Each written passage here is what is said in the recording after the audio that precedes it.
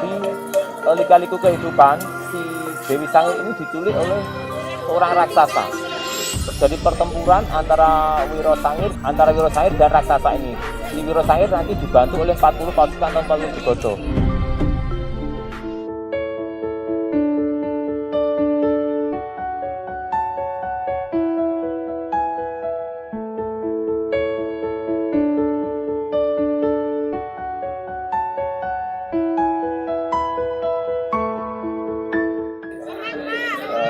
Di sini juga ada mitos ataupun legenda yang ada di tempat ini.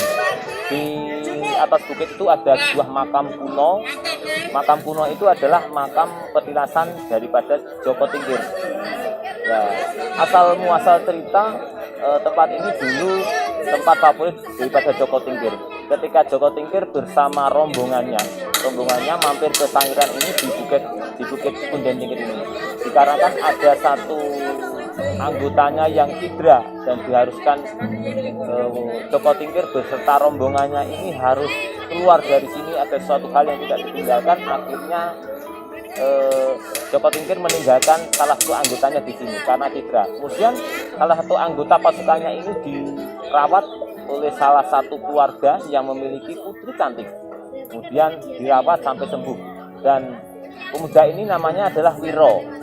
Nah, karena Wiro ini memiliki kanuragan, kemudian bisa bercocok tanam dan bisa mengajari masyarakat, dan akhirnya ketemu dengan anak salah satu warga yang merawat Wiro, namanya Dewi. Akhirnya kedua orang ini merasa saling cocok, akhirnya nikah. Kemudian dinikahkan di tempat ini. Di sebelah pasar ini yang menjadi dulunya adalah tempat favorit daripada Wiro Sangir dan Dewi Sangir. Kemudian terjadi lika-liku kehidupan. Si Dewi Sangir ini diculik oleh seorang raksasa. Terjadi pertempuran antara Wiro Sangir dan raksasa ini. Si Wiro Sangir nanti dibantu oleh 40 pasukan atau 40 Digodo. Kemudian si Wiro Sangir ini bisa mengalahkan si raksasa tersebut dengan 40 pasukannya. Tapi si Wiro Sangir ini cedera parah dan mengakibatkan buta di matanya. Dan kemudian karena merasa sudah tidak pantas mendampingi si Dewi Sangir, akhirnya si Wiro Sangir ini istilahnya ingin berpisah dengan Dewi Sangir karena sudah tidak pantas mendampingi si Dewi Sangir. Karena Dewi Sangir ingin membuktikan cintanya kepada si Wiro Sangir, akhirnya Dewi Sangir itu nanti memakai topeng.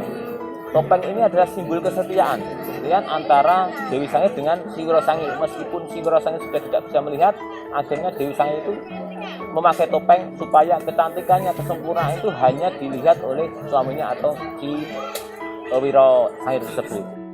Kenapa dijuluki Wiro Sangir dan Dewi Sangir? Karena Sangir itu adalah kata dasar dari Sangiran. Sangiran itu kata dasarnya ada sangir. Sangir itu adalah ngasah ataupun nyangir. Nyangir itu adalah ngasah benda-benda tajam. Dan di sini juga terdapat berbagai macam batu yang namanya batu sangir itu. Maka dikenal Wiro Sangir dan Dewi Sangir.